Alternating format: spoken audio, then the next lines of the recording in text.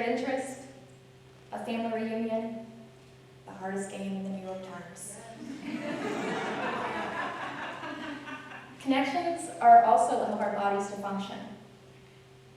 The brain telling the hand to itch the leg, the heart pumping blood, your immune system sending white blood cells to fight off an infection. But what happens when those connections break? When I was 4 years old, I started getting really bad headaches. When they didn't get any better, my mom took me to the pediatrician, where I was given an eye test. There, I could not even see the big E. I was then sent to the pediatric ophthalmologist, who quickly sent me to the hospital, where I was given many tests, including a spinal tap. Now, if you've ever gotten a spinal tap, then you'll know, but if not, a needle about this long, is placed into your back. I remember being terrified. I could hear the man in the room next to mine screaming. But then a nurse walked in, wearing scrubs with frogs on them. The frogs reminded me of my best friend, Jeremiah. So I led the doctor, the nurses, and my mom in a stunning rendition of Jeremiah Was a Bullfrog. We all got through it better than most adults do. 1 year, 4 ophthalmology visits, 2 MRIs, and 1 misdiagnosis later, I was diagnosed with multiple sclerosis, or MS. MS is a disease that attacks the protective coating around nerve cells, causing all sorts of disruptions between the brain, spinal cord, and nervous system. These disconnections causes lesions to grow, and these lesions cause all sorts of problems, from paralysis, to blindness, to trouble speaking, to more. With proper treatment, MS can hopefully be kept at bay, but currently, there is no cure. My mom didn't know what to do. She didn't know if I'd be able to walk or see ever again. But after the doctor left, after delivering the bad news, I just happened to look up, and there was an ad for my local MS walk on the TV. I told my mom, next year, I want to do that. So in the spring of 2004, we had our first MS walk team, Briana's team, named after me, soon growing into one of the largest friends and family teams on the East Coast. But it wasn't all fun and games. Many doctors refused to see me because kids didn't get MS. My mom became my biggest advocate, and in return, I followed suit. I wanted the world to know that kids could get MS. And in 2006, I was given that chance. I was asked to be on the Montel Williams show. I got to fly my first plane, get my hair and makeup done by professionals, and tell the world that kids did get MS. And just a few short years later, shortly before my 12th birthday, an MS research center opened right down the road from my house. I was so excited to be so close to the research being done on my disease. I remember one time chasing the principal investigator, Dr. Simon Gregory, down the hallway just because I wanted to say hello and thank the man that was working on research for my disease. And in 2015, I graduated from high school, excuse me, and I had my heart set on becoming a physician's assistant. I wanted to be just like all those people that had helped me over all the years.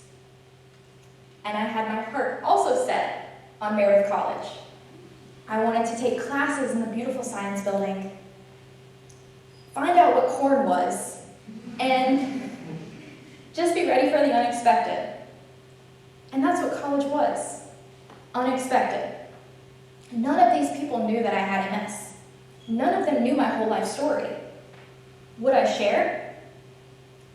And that was a question that I struggled with until one night I was leaving a friend's dorm, and she asked, "Where are you going?" And casually and without thinking, I said, "To get my shot." Now, she didn't know this, but that was the same shot that I had been given for the past almost 15 years. It was the same shot that my first neurologist had held up and drew on with Sharpie where he thought my dose would be, because we had no idea what the dose for a child with MS would be. But she didn't know that. She didn't need to know that. She just wanted to know where I was going. But that interaction led me to be, both figuratively and literally, more open about my MS. I started opening up my door on nights that I would give my shot, and let anyone that wanted to watch me make and take my medication. I would answer any questions that they had, and if they asked one that I didn't know, I would try to find the answer. And when my immune system was barely handled in college, I decided there was a new path I wanted to follow: research. I loved being in the lab, asking questions, and figuring out the answers. And in the spring of my sophomore year, shortly after giving a speech to a group of researchers, I ran into the Dr. Simon Gregory, that poor man I had chased down the hallway all those years ago, and he did something I didn't expect. He offered me an internship in that lab right down the road from my house. So for the next 2 years, I got to research the blood of people with MS, develop surveys looking at the genetic and environmental factors that were affecting people with MS, and write articles explaining to anyone that wanted to know what was going on in the MS research world.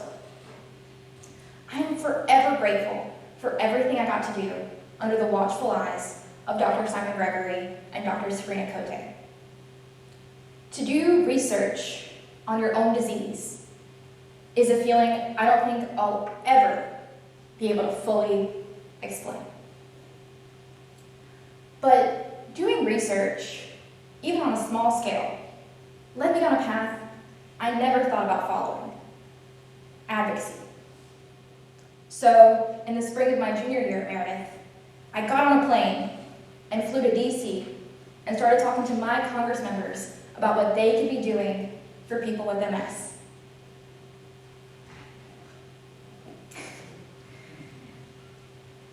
I've advocated on all sorts of issues, from affordable drugs, the need for MS research, Medicare, airport accessibility, and more. I love being able to combine my love of research and science with my goal of telling the world about pediatric MS in a whole new way. And it's working.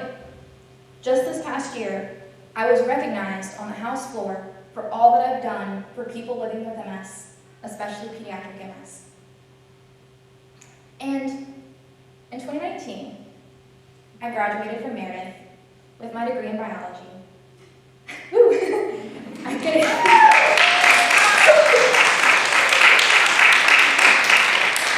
I couldn't believe how fast 4 years had flown by. I had done undergraduate research, participated in corn, and became SGA vice president. In all these roles, I learned the power of bringing people together. I learned when and if to share my story with MS, whether it be in the lab, on Capitol Hill, or with a friend. And now, I keep my job as a scientist separate from my MS. I still never miss an opportunity to make a connection. And it's working. Since my diagnosis, there's been 6 clinics opened around the United States specifically for pediatric MS. And we have 1 drug approved for pediatric MS by the FDA. Yay! It's exciting stuff! But we're not done yet, because that's what this whole journey has been about: connections. The nerve to the synapse, the scientist to the patient, the little girl who couldn't see the big E, to the woman standing before you now. MS has taken a lot from me, but it's given me so much more. It's given me the ability to meet people I never would have met, to do research on my own disease, and to be a voice for those who have not yet found theirs. Because when we come together, when we keep talking, keep listening, keep showing up, nothing, not even MS, can break us apart. Thank you.